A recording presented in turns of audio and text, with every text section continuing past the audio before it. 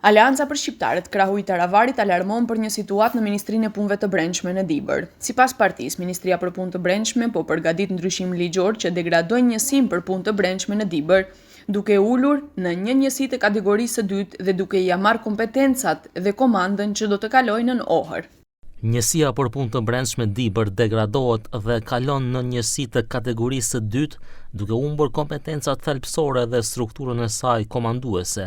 Me këtë vendim, të gjitha kompetencat dhe organi komandues kalojnë nën jurisdiksionin e sektorit për punë të brendshëm në Ohër, ndërsa në Dibër nuk parashihet më kryeshefi policisë, kryeshefi njësisë antikrim, zëvendës komandant, as komandant i pikës kufitare. Por zëvendës ministri i Brendshëm Astrid Iseni hedh poshtë këto pretendime. Ai për Televizionin 21 tha se ende asgjë nuk është definitive.